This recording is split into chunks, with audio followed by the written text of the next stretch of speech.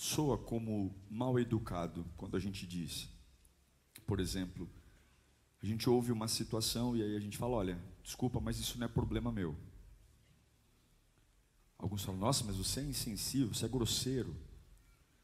Mas a verdade é que tem muitos problemas que estão à nossa volta, que não são nossos. Eu me lembro, por exemplo, não é o contexto da pregação, mas me lembro, por exemplo, quando o povo hebreu sai do Egito e Deus endurece o coração de Faraó para persegui-los, e agora eles estão na frente do Mar Vermelho e atrás vem Faraó, e Moisés fica lá, Senhor, o que eu vou fazer? Deus fala assim, por que você está falando comigo? Por que clamas a mim? É como se Deus falasse, isso não é problema seu, diga ao povo que marche. Por que você está se envolvendo numa parada que não é sua? Por que você está conversando sobre um assunto que não lhe diz respeito? Por que você está falando comigo de um problema que nem seu é? Discernir os problemas é muito importante. Eu quero falar um pouco sobre isso com você. Vamos lá, Atos 16, capítulo 16, versículo 19, diz assim: percebendo que a sua esperança de lucro tinha se acabado, os donos da escrava agarraram Paulo e Silas e o arrastaram para a praça principal, diante das autoridades. E levando-os aos magistrados, disseram: esses homens são judeus e estão perturbando a nossa cidade, propagando costumes que a nós romanos não é permitido aceitar nem praticar. A multidão ajuntou-se contra Paulo e Silas, e os magistrados ordenaram que lhes tirassem as roupas e fossem açoitados.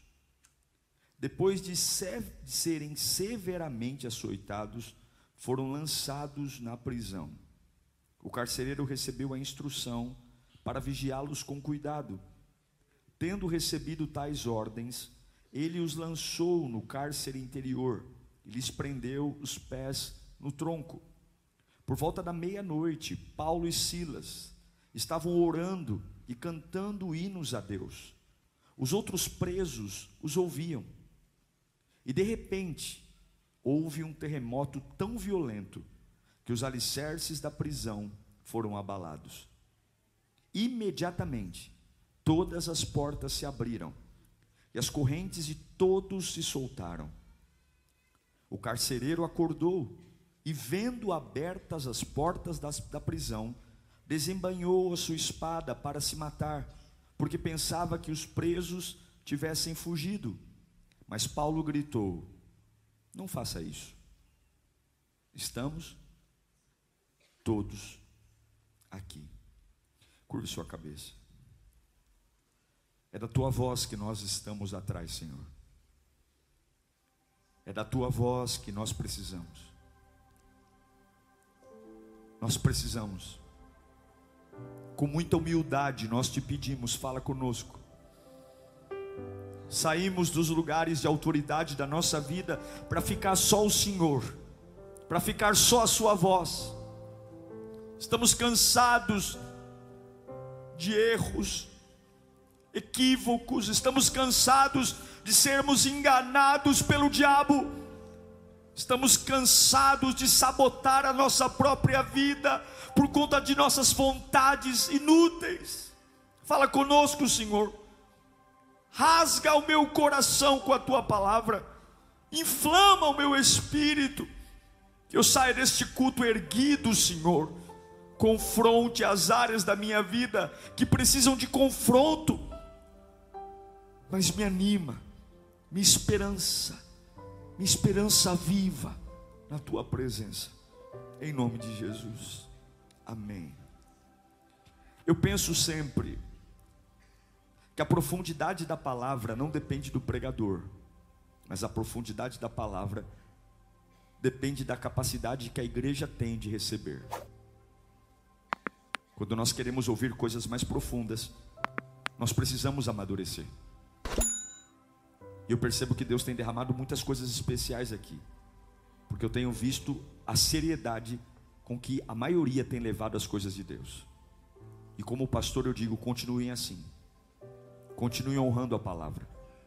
Continue levando a sério o evangelho.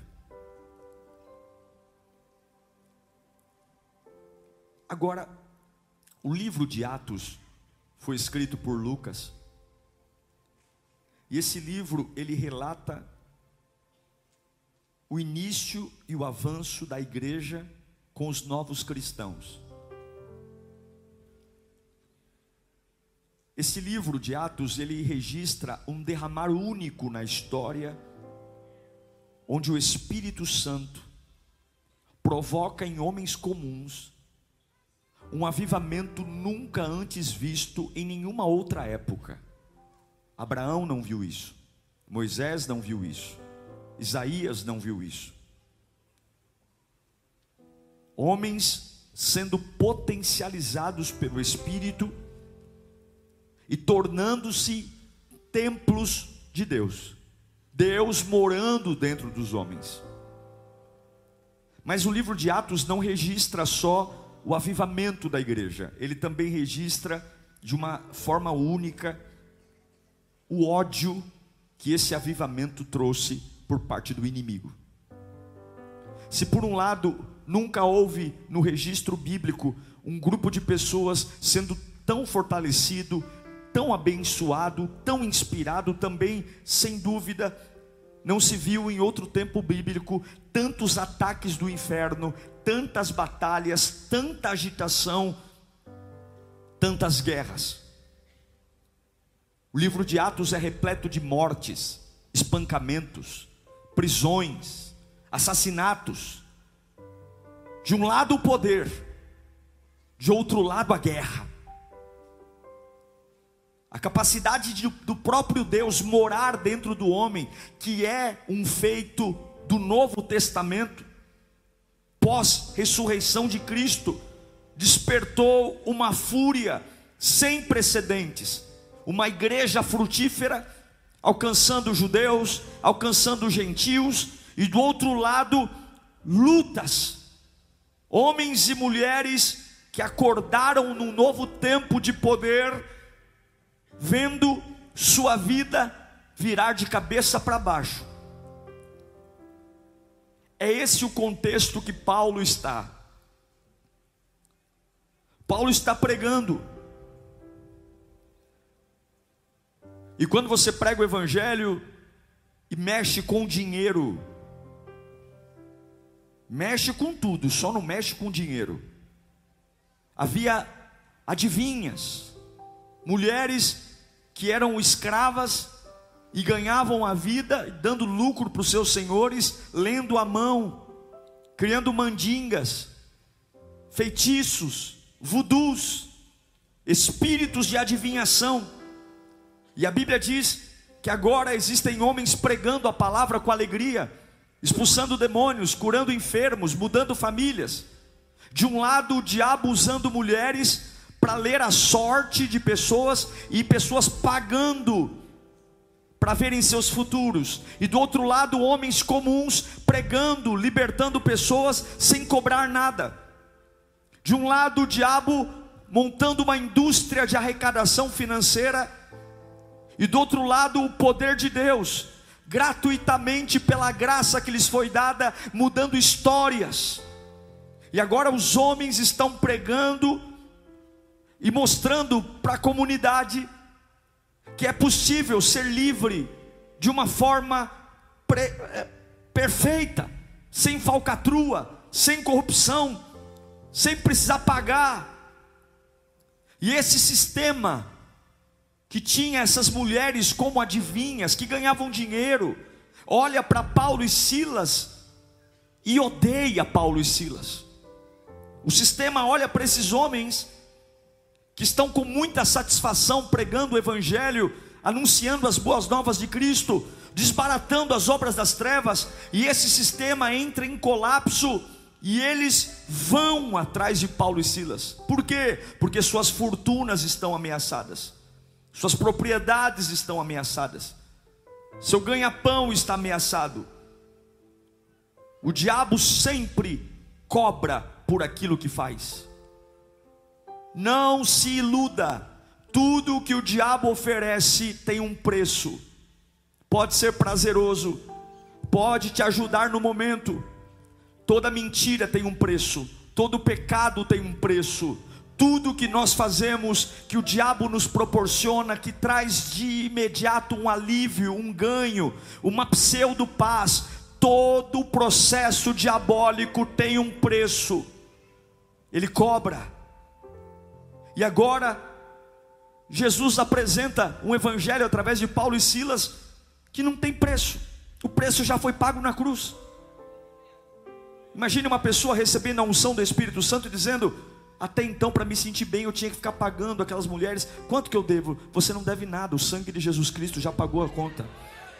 Mas peraí, Paulo, você entrou na minha casa, você orou, eu fui naquela cartomante, ela falou um monte de coisa da minha família, mas você orou, estou sentindo uma atmosfera de vida aqui dentro. Quantos milhares de reais são? Não é nada, o sangue de Jesus é para libertar a tua casa. Não tem que pagar nada, não tem que pagar nada, você só tem que seguir crendo, só tem que seguir obedecendo. E o diabo odeia, porque a Bíblia diz que aquilo que de graça recebemos, de graça damos.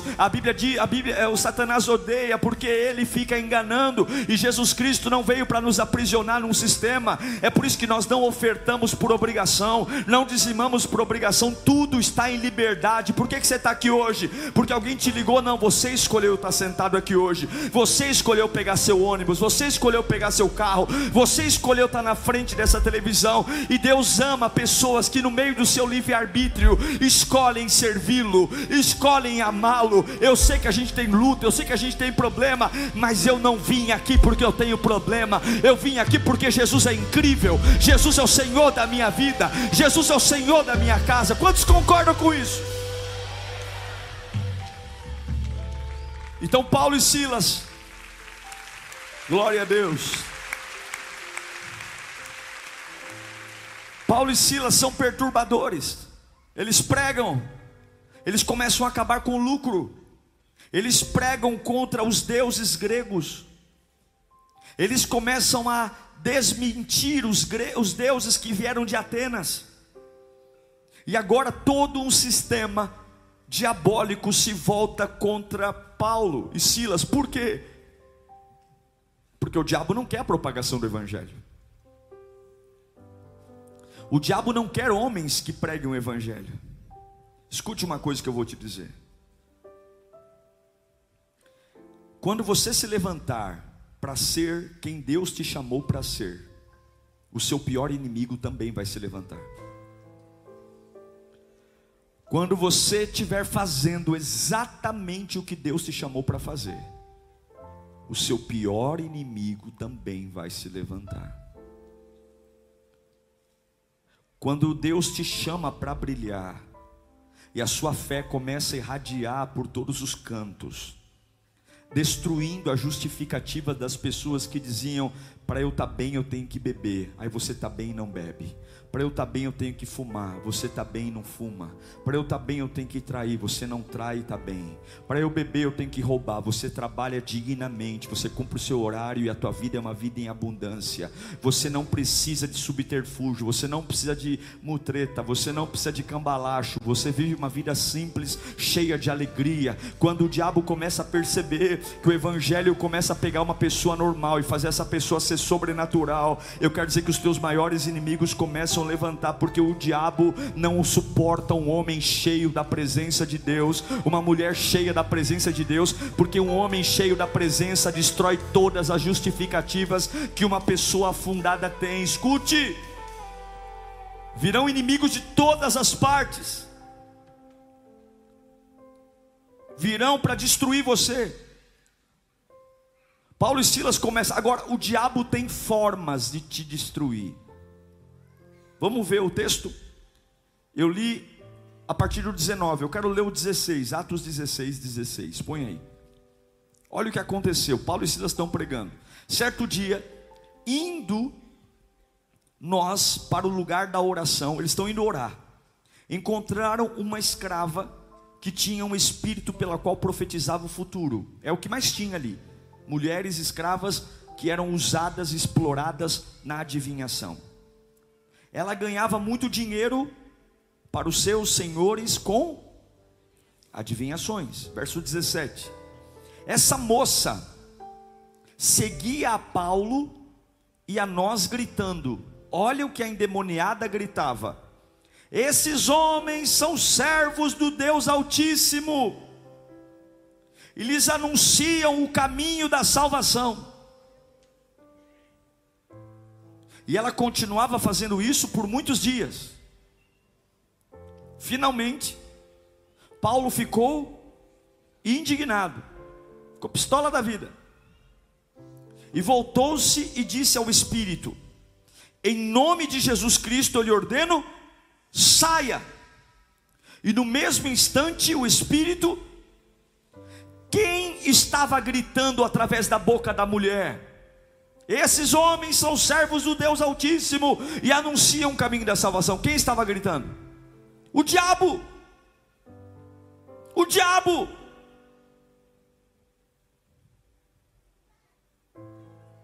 Alguns inimigos aprendem a andar conosco.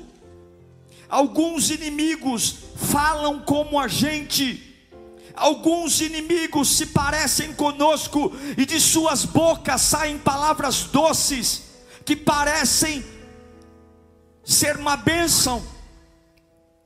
Aquela mulher estava o tempo todo do lado de Paulo.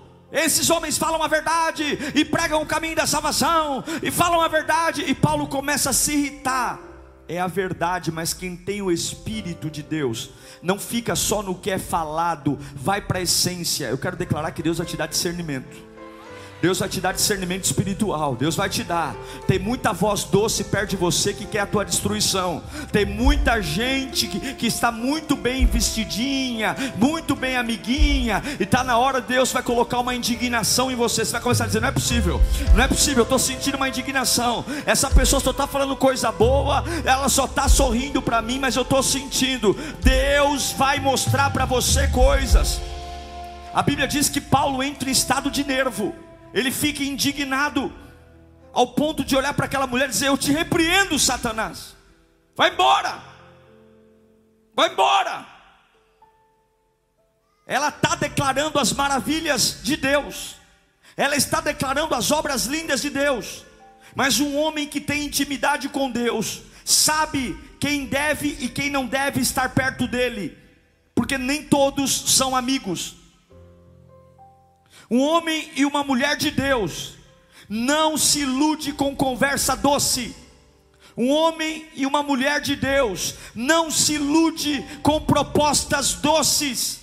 Você tem que ter intimidade com Deus para saber que nem todas as pessoas são confiáveis. E no meio do seu levantar, no meio da sua vida cristã maravilhosa, Deus vai estar ao seu lado. Mas o diabo também pode colocar pessoas que através de beijos, abraços, elogios, cafunés, boas conversas, bons papos, que inflam teu ego, que inflam tua vida, e você diz: você é uma bênção. Nossa, quando você fala e a pessoa está inflando você, e você tem que entender que só estão esperando uma oportunidade para acabar com tudo que Deus plantou em você.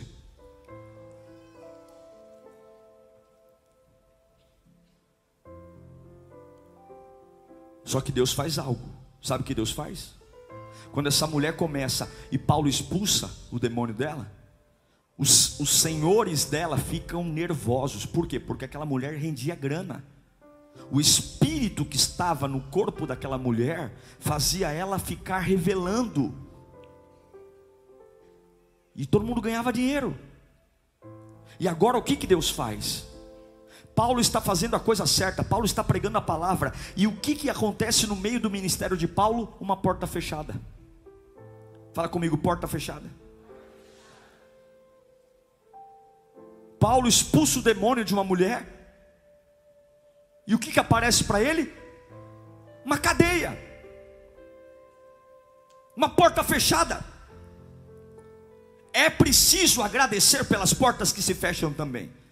É preciso agradecer pelos processos que vêm sem explicação. Deus tem uma maneira diferente de nos proteger. Deus tem uma maneira meia diferente, meia estranha de nos livrar. Imagine que essa prisão que Paulo e Silas foram jogados dentro foi uma proteção que Deus preparou para eles.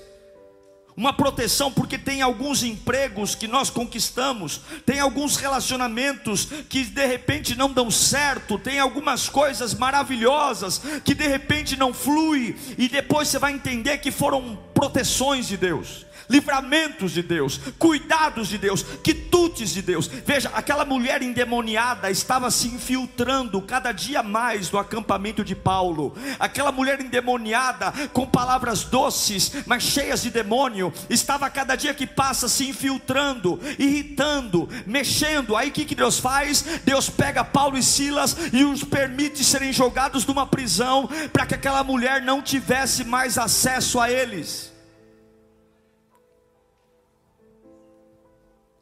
para que aquele espírito e aquela mulher não tivesse mais contato com eles. Sim, Deus fechou uma porta para que uma pessoa não tivesse mais contato com Paulo e Silas e não se infiltrasse na boa obra. E agora Paulo e Silas estão presos. E eu vou te dizer, tem horas que Deus coloca você num quartinho escuro, só para você sumir da vista de algumas pessoas. Tem hora que Deus te joga num poço, só para a tua vida sair da mão de alguns carrascos. Tem hora que você não entende por que você não consegue ser o mesmo, porque Deus está desintoxicando a tua vida de Satanás que quer infiltrar no bom trabalho. O inferno já perdeu, o diabo já está debaixo dos nossos pés. Ninguém pode parar o que Deus começou, e Deus vai fazer o que precisa ser feito, para que você não pare, para que você não volte, para que você não seja contaminado. Pastor Diego, eu não estou vendo, mas Deus está vendo, e se Ele está mexendo, confia nele. Pastor Diego, eu não estou percebendo o que está à minha volta, mas Deus está percebendo o que está à tua volta. E tem vezes que Ele abre a porta da cela, te põe lá dentro, para que você aprenda que ninguém vai pôr a mão naquilo que Ele começou a fazer na tua vida. Agora Paulo e Silas estão presos.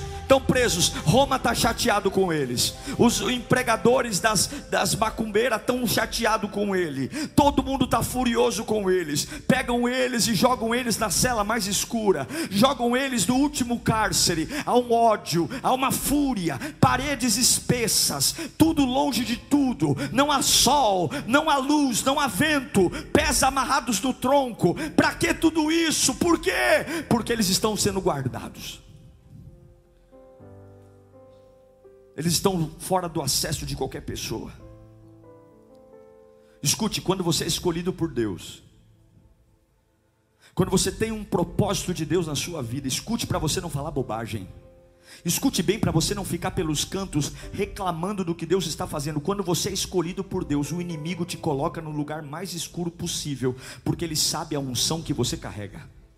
Talvez você não respeite a unção que você carrega, mas o diabo sabe a unção que você carrega. Havia muitas celas naquela cadeia, mas a cela que Paulo e Silas foi jogada foi a pior de todas, foi a mais escura, foi a mais espessa, foi a mais gelada. Amarra ainda o pé dos dois no tronco, segura eles, porque eu sei o que eles carregam, eu sei o estrago que eles podem calcular. Eu vou tentar te explicar isso. O inimigo vai te colocar no lugar mais escuro, porque ele sabe que você tem uma unção maior. Levanta a mão para cá em nome do Senhor Jesus Cristo. Ou você entende isso, ou você vai se perder. Ou você entende isso, ou você vai perder o que Deus tem para você. Se você é realmente ungido, não pense que você vai passar por essa vida sem enfrentar nada. Se você é realmente ungido, não pense que o caminho vai ser fácil. Se você é realmente ungido, se a sua vida realmente tem um propósito, não seja inocente, porque quanto maior o plano, maior o ataque,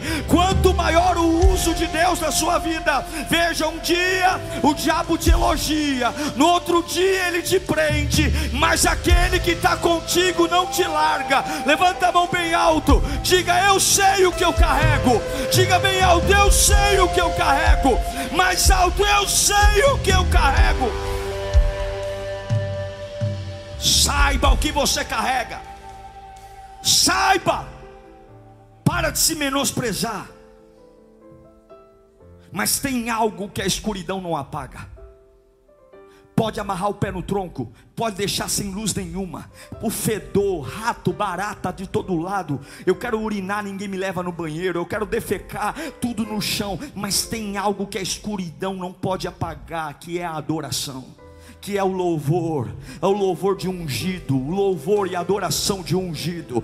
Essa saída é de ungido. Ungido é preso, mas ainda preso é ungido. Ungido é amarrado, mas ainda amarrado é ungido. Ungido é aprisionado, mas ainda aprisionado é ungido. Ungido é traído, mas ainda assim é ungido. Ungido é demitido, mas ainda assim é ungido. Ungido é perseguido, mas ainda assim é ungido. Eu quero dizer que podem mudar a tua geografia, podem mudar muita coisa em você, mas a unção que Deus derramou ninguém tira. Podem mudar você de casa, podem mudar você de emprego, podem mudar você de condição social, mas ungido sempre é ungido. Batam nele, mas ele é ungido. Amarrem ele, mas ele é ungido. Firam ele, mas ele é ungido. Eu não sei o que o diabo fez, eu só sei que tu ainda é ungido por Deus. Toca no corpo dele, mas ele é ungido. Rasga as vestes dele, mas a essência, ele é ungido. A maioria das vezes que eu ouço pregadores falando de Atos 16, rapidamente todo mundo prega dizendo: olha, eles louvaram na prisão. Mas nós esquecemos de um detalhe: antes de serem presos, eles foram espancados. E existe uma diferença enorme entre alguém que é preso e louva, e alguém que é espancado, é preso e louva. Talvez o som saia diferente. Talvez alguém que é só preso, sem espancamento, talvez a voz saia um pouco mais afinada, sabe? Talvez a melodia fique mais retinha, mais bonita. Talvez a respiração na hora de cantar seja perfeita. Os agudos, o refrão. Mas o louvor de alguém espancado, a voz é trêmula, a respiração é ofegante. Com certeza, talvez a desafinação. Porque louvar a Deus com lacerações nas costas, com sangramento no rosto, é um outro tipo de louvor. Não é só louvar, é outro nível. É como se a pressão me levasse para um novo patamar, uma outra intensidade. Porque podem parar uma cantoria. Tem vezes que a luta para a nossa cantoria, mas não podem parar um sacrifício. Não podem parar uma vida que sacrifica. E é o sacrifício que trouxe o terremoto. É o sacrifício que fez uma cela feita para perdurar gerações e gerações. Uma cela feita para tirar o direito de ir e vir. Uma cela feita para tornar homens livres, cativos da depressão, da ansiedade, cativos do vício, do crack, da heroína, cativos da pornografia, cativos do adultério, cativos da mentira, cativos da fofoca. É o sacrifício que estabelece a ruína de toda esta cadeia. Não é a entrega de uma música, não é um homem que canta meia-noite, mas é um homem que sacrifica. Ele sacrifica meia-noite. É muito mais profundo que uma cantoria. É estar machucado, dilacerado, injustiçado, e ainda assim entregar um sacrifício de louvor ao Senhor. É não saber como pago as contas, é não saber lidar com as coisas que estão à minha volta, é ver a minha vida sendo rasgada pelos outros, é ver a minha carne sangrando e ninguém se compadecendo, ninguém me oferecendo uma gaze, um anti-inflamatório, alguma coisa para livrar a minha vida. Ninguém.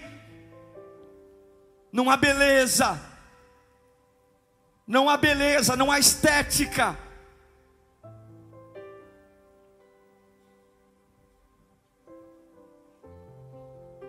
É quando você diz: meu cérebro está quase explodindo. Mas você lembra, não. Me bateram muito, eu estou muito doído aqui. Estou amarrado, mas eu sou ungido. Eu sou ungido. E eu acabei de receber notícias fresquinhas de Deus, que Ele está comigo. Aleluia, aleluia, aleluia. Aleluia, aleluia. Eu vou usar essa pressão para subir níveis. Eu vou usar, está doendo demais minhas costas. Ai, me bateram com toda a fúria, me surraram. Foram 40 chicotadas dos judeus nas costas e mais 40 no peito. Não tinha posição para ficar deitado, mas eu lembro que eu sou ungido. Eu lembro que eu sou ungido. E nada do que você está passando vai te enlouquecer. Levanta a mão para cá. Olha, escuta o que eu estou pregando aqui. Eu quero declarar em nome de Jesus Cristo. Eu sei que o ambiente é feio, eu sei que não há romance na tua vida, eu sei que a fase não é legal, mas Deus manda eu te dizer hoje: recebe, isso não vai te enlouquecer. Nada do que fizeram contra você vai te matar. Satanás não pode mudar a sua entrega, o seu sacrifício. E Deus está dizendo: eu estou te mandando um recado lindo hoje, meu filho. Você passou por tudo isso, mas você ainda é ungido. Deixe essa prisão de lado. Essa prisão não é problema seu. O que fizeram com você não é problema seu. Esse cárcere não é problema seu. Você estava me servindo, você estava me adorando e aconteceu tudo isso. Pés amarrados, mãos amarrados, movimentos corporais amarrados, mas você ainda é ungido. Agora fala comigo: o diabo é burro. O diabo é burro demais, gente. O diabo é uma anta.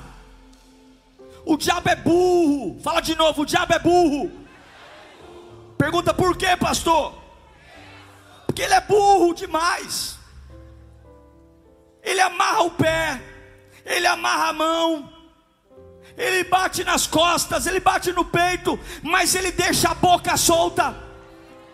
O diabo é burro. Ele prende o pé, ele prende a mão, ele bate nas costas, ele bate no peito, ele põe no cárcere escuro e deixa a boca solta. Boca solta, pé amarrado, mas boca solta, mão amarrada, mas boca solta, costas feridas, mas boca solta. Meu Deus do céu, o diabo é burro, o diabo é burro e Deus é fiel. Aleluia. O poder está na boca e ele deixa a boca solta. Mão amarrada, pé amarrado, tudo amarrado, boca solta, boca solta. E quando Paulo abre a boca, e quando Silas abre a boca, tão ferido, tão machucado, mas não é o terremoto que vem da placa tectônica. O terremoto não vem da terra, o terremoto vem da boca solta. O terremoto vem da boca solta. O terremoto vem da boca solta. Levanta a tua mão para cá. Você está perguntando: de onde vai vir o reboliço? De onde vai vir a virada da minha vida? De onde vai vir a mudança da minha família? E Deus está dizendo: eu deixei tocar em tudo, mas na tua boca não ninguém põe a mão. Na tua boca não. Pé amarrado, mas boca solta. Boca solta, o poder da boca. Algo vai acontecer. A Bíblia diz que quando a boca está solta, meia-noite, o terremoto atinge a prisão. Agora escute aqui: o terremoto não começou no chão. O terremoto não começou no deslocamento das placas tectônicas. O terremoto começou na boca de Paulo. Agora escute o que eu vou te ensinar. O que eu vou te ensinar aqui. Você só pode produzir algo através ou a partir de você. Se não houver um terremoto dentro de você, não haverá um terremoto fora de você. Não adianta você fazer orações e profetizar de forma histérica, desesperada, gritar como um desabafo, porque histeria e drama na alma não muda cadeias. precisa estar com as costas dilaceradas, os pés amarrados, e ainda assim ter um terremoto de sacrifício voltado para Deus dentro de você. Vou tentar ser mais claro. Não haverá fogo em sua pregação se não houver fogo dentro de você. Não haverá poder na sua oração se não houver poder dentro de você. Não haverá uma vida de adoração se não houver vida dentro de você. Resumindo tudo isso, não existe terremoto no chão até ter terremoto no seu coração. É de dentro para fora. Só que aí, como o diabo é burro, a boca está solta, o terremoto vem. O diabo tentou colocar Paulo e Silas no lugar mais escuro, porque o objetivo do diabo era acabar com a memória de Paulo e Silas. Eu vou deixar esses dois pregadores ficarem aí apodrecendo. Eles podem gritar à vontade, ninguém vai mais ouvir a pregação. Mas a Bíblia diz que quando o terremoto vem, todos ouvem, os vizinhos ouvem, o inferno ouve. As mãos e os pés amarrados agora estão livres. Um avanço tão poderoso que nada prende mais. Porque um homem e uma mulher que, ao invés de ficar lidando com problemas que não são dele, ao invés de ficar batendo boca com coisas que não são dele, ao invés de ficar fazendo análise no que o diabo está querendo, você não vê Paulo e Silas falando da prisão, porque prisão não é problema deles. Você não vê Paulo e Silas falando da célula. Você não vê Paulo e Silas falando da gravidade. Você não vê Paulo e Silas falando do espancamento. Você não vê Paulo e Silas falando da cela interior. Você não vê eles falando dos pés amarrados. Eles só estão sacrificando a Deus no meio daquilo que Deus os colocou. E quando você parar de ficar tentando analisar a sua vida e abrir sua boca para sacrificar no meio de tudo que você está vivendo, aquele que te pôs aí tira você daí. Eu quero dizer que a tua vida está nas mãos de Deus. Pessoas vão olhar para você e saberão que você é um louco, porque você é capaz de fazer tudo tremer mesmo estando amarrado. Ei, mulher, você está em minoria nessa casa. Ei, mulher, você está sofrendo coisas que nunca imaginou.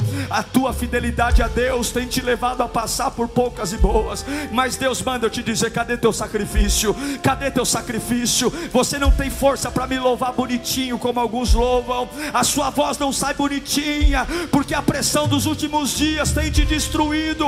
Mas eu tenho teus limites na mão. Eu tenho um terremoto pronto para liberar, mas ele começa dentro de você. Estremeça nessa empresa, estremeça nessa casa, estremeça nesse quarto escuro, estremeça. Eu deixei tirarem tudo de você, mas tua boca eu não deixei tocar. E quando chega o terremoto, muitos vão fugir, mas você não foge. Muitos vão cair, mas você não cai. Eu não sei para quem eu estou pregando aqui, mas quando o terremoto vem, Paulo não sai desesperado. Sabe por quê? Porque prisão não é problema dele. O terremoto colocou a cadeia no chão, a grade no chão, as algemas no chão, e Paulo continuou no mesmo lugar que o colocaram. Porque quando a situação não muda, não muda, a situação não muda a posição de Paulo. Paulo nunca esteve preso, a prisão que estava presa nele. O que você faria quando você está preso e Deus derruba as prisões? Sai correndo? Paulo não sai correndo, ele fica ali, porque o ungido sabe que prisão nenhuma tira a unção dele. E hoje para de fugir. Você não precisa correr, você não precisa se esconder. Você é ungido do Senhor. Paulo está preso, a prisão cai, e onde ele fica? No mesmo lugar. O carcereiro saca a espada, quer se matar, e Paulo diz: oh, fica tranquilo, eu estou aqui e todos estamos aqui. Porque a prisão caiu, mas ela nunca foi problema meu. Eu profetizo que a prisão que você está hoje, escute aqui, e aqui eu encerro, ela não é um problema seu. A situação que você está enfrentando não é problema seu. Problema seu é manter-se ungido. Problema seu é saber que ambientes não mudam a unção que Deus derramou sobre a sua vida.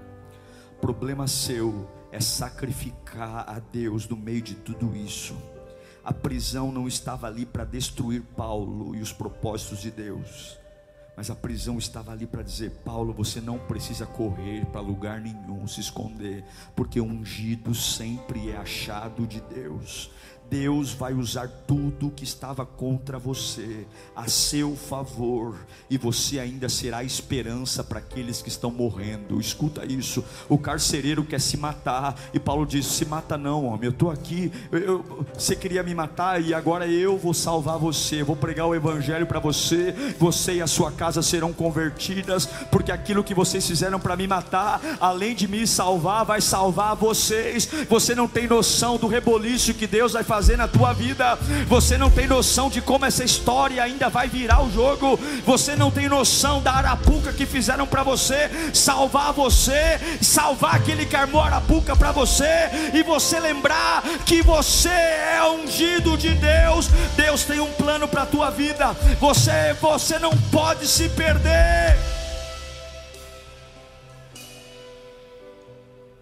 Eu encerro dizendo que tem coisas que não são problema seu. Então entregue seu sacrifício. Está com as costas dilaceradas, está amarrado, entregue seu sacrifício. Pastor, Deus me jogou num lugar que eu não queria. Talvez Deus te jogou num lugar que você não queria, para se livrar de pessoas que, se você não saísse de lá, elas iriam te destruir. Nós não sabemos o que Deus quer fazer. Eu só sei de uma coisa: eu sou ungido, e a prisão não é um problema meu. Não faça do que Deus está fazendo na sua vida um problema. Não gaste energias com coisas que não são problema seu. Para Paulo e Silas, essa prisão foi uma plataforma de lançamento. Deus os abençoou. Deus vai te abençoar. Essa mensagem que estou pregando hoje, ela não é sobre os seus problemas. Ela não é sobre as suas prisões. Ela não é sobre o ódio que jogaram contra você, a raiva. Essa mensagem é sobre a sua perspectiva. É sobre entregar um sacrifício a Deus, seja lá o que fizeram comigo, e seja lá onde eu estiver. A perspectiva determina o seu milagre. Meia-noite, eu tenho a perspectiva que Deus está comigo. Meia-noite, meu corpo dói, mas eu não vou olhar para a dor, não vou olhar para as angústias. A minha perspectiva é que o trono de Deus é intocável. Eu não me pareço com ungido, mas eu sou ungido. Eu não estou tendo cheiro de ungido, mas eu sou ungido. Meu corpo está sangrando, mas eu sou ungido. Do mesmo jeito que mataram Jesus na sexta-feira, e domingo pela manhã, o ungido de Deus se levantou do túmulo. Ele não parecia ser um Deus, ele não parecia ter poder, ele não parecia ter autoridade, mas ele entregou o seu sacrifício ao Pai. E domingo pela manhã, os túmulos foram todos eles desmontados, porque a morte foi engolida pela vida. Eu quero declarar que você não precisa se parecer com um vencedor. Nem sempre você vai se parecer com um guerreiro inabalável, nem sempre você será triunfal, mas sempre lembre que há uma unção sobre a tua cabeça. E entregue o seu sacrifício. Amanhã de manhã, entregue o seu sacrifício. Vai dormir hoje, entregue o seu sacrifício. O tempo está escuro, entregue o seu sacrifício. Afastaram você de lugares, entregue o seu sacrifício, porque se terremoto começar aqui dentro, vai estremecer tudo.